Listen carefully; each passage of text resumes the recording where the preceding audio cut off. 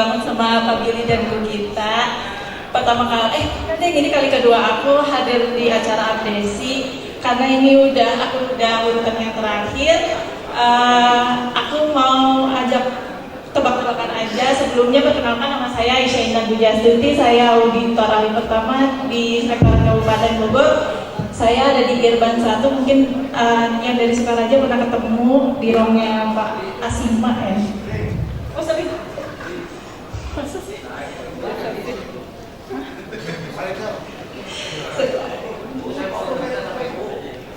Gimana? Status apa?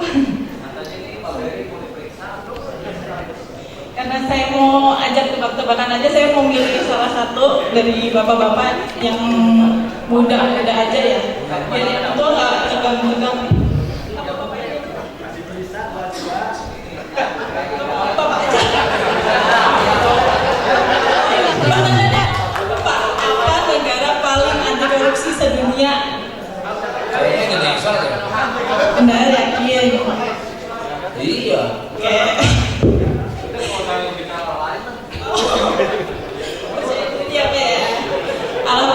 Alhamdulillah, bapaknya jawab Indonesia ya.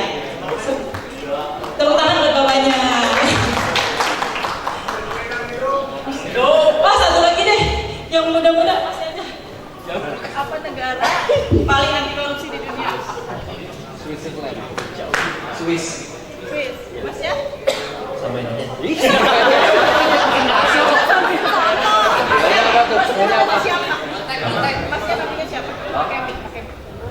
Oke, perkenalkan nama saya Aldi dari Desa Cabai. Apa negara paling anti korupsi di dunia?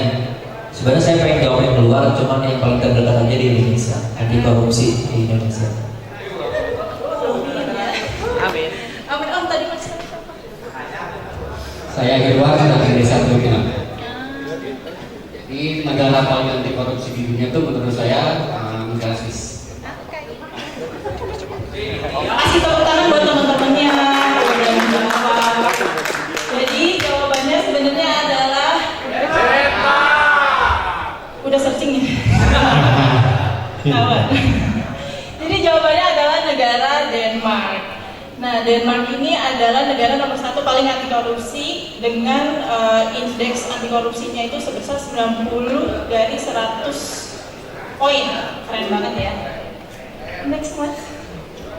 Jadi aksinya tuh apa aja sih yang dilakukan sama Denmark ini untuk meningkatkan nilai-nilai anti korupsinya dan menyadarkan akan masyarakatnya untuk berlaku benar. Nah, ini ada beberapa, salah satunya adalah digitalisasi layanan publik. Nah, dia memanfaatkan teknologi e-government yang menyeluruh sehingga mengurangi interaksi antara pemerintah dan masyarakat yang bisa menimbulkan adanya suap. Kemudian ada lembaga pengawas independen namanya Audit Engage. Nah, itu dia independen dan bertanggung jawab mengawasi, menasihati dan menyelidiki pejabat publik yang diduga menyalahgunakan wewenang. Dan juga penegakan hukum kayak tadi Pak Arif jelaskan, ada undang-undang tipikor dan juga kebebasan pers ya. Kalau di sana pers itu dengan bebas mengungkap siapa saja yang melakukan tindakan korupsi, dan di sana juga melakukan pendidikan anti korupsi. Nah, kalau di negara lainnya seperti negara Singapura itu negara nomor 3 paling anti korupsi di dunia. Nah, tapi indahnya di Singapura itu mereka kenapa jadi negara anti korupsi? Karena mereka mempunyai UMR yang besar sebesar untuk lokalnya, pegawai lokalnya itu 16 juta dan negara pegawai asingnya itu UMR-nya adalah 64 juta gitu. Kemudian di New Zealand atau Selandia Baru, dia melakukan keterbukaan data sehingga masyarakat bisa melihat aktivitas-aktivitas keuangan pemerintahnya. Kemudian dari Hong Kong juga mempunyai ICAC, dia juga sifatnya seperti KPK. Nah, pertanyaan selanjutnya, ada kuis lagi. Kalau sekarang peringkat, kalau tadi jawabannya yang jawab Indonesia tadi siapa ya? Kayak Masnya. Sekarang nomor berapa Indonesia yang benar, Mas? Tanya Ustazah Meta. Peringkat ya? Peringkat nomor berapa Indonesia sebagai Kira-kira perkiraan ya? Ya. Ada 180 negara. 180 negara di dunia. Indonesia paling ke 97. Jawabannya hampir benar. Indonesia ada di peringkat nomor 99.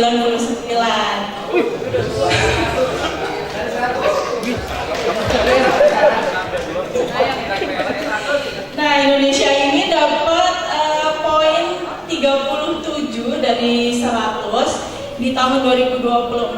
Nah, sebelumnya sebelumnya itu nilainya adalah 34/100. Jadi nilainya sudah naik sebesar 3 poin. Nah, ini peningkatan yang bagus ya. Nah, Indonesia ini melakukan beberapa aksi yang sebenarnya sama ya sama negara New Zealand. Mereka punya yang namanya KPK ya. Nah, mungkin semuanya udah tahu cara kerja KPK, dan KPK ini sekarang punya namanya ILHKP.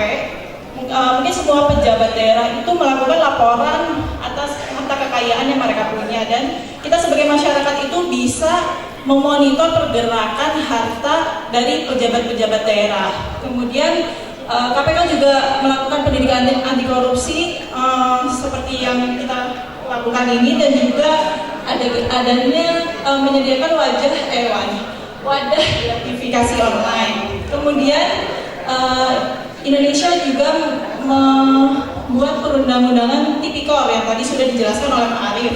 Apa saja hukum-hukumnya. Kemudian ada reformasi birokrasi dan perbaikan sistem pengadaan barang dan jasa sehingga mencegah praktik korupsi, biar lebih transparan aja semuanya.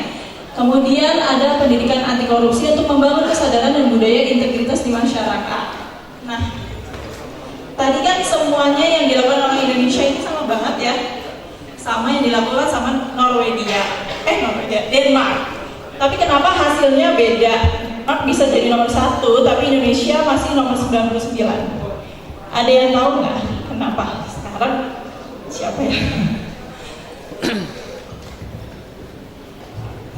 Bapak,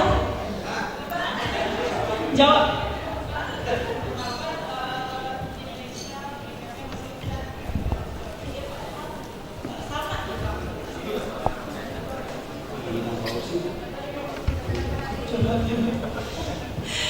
Benar, jadi kalau di Indonesia itu menurut saya hukum yang berlaku itu masih lemah. Kemudian rendahnya integritas di masyarakat, dan juga masyarakatnya itu menormalisasi aktivitas korupsi seperti menerima amplop, terus memberi hasil bumi seperti itu. Tapi kita sebagai aparat pemerintah pasti pernah menerima dan melakukan itu. Saya pun begitu.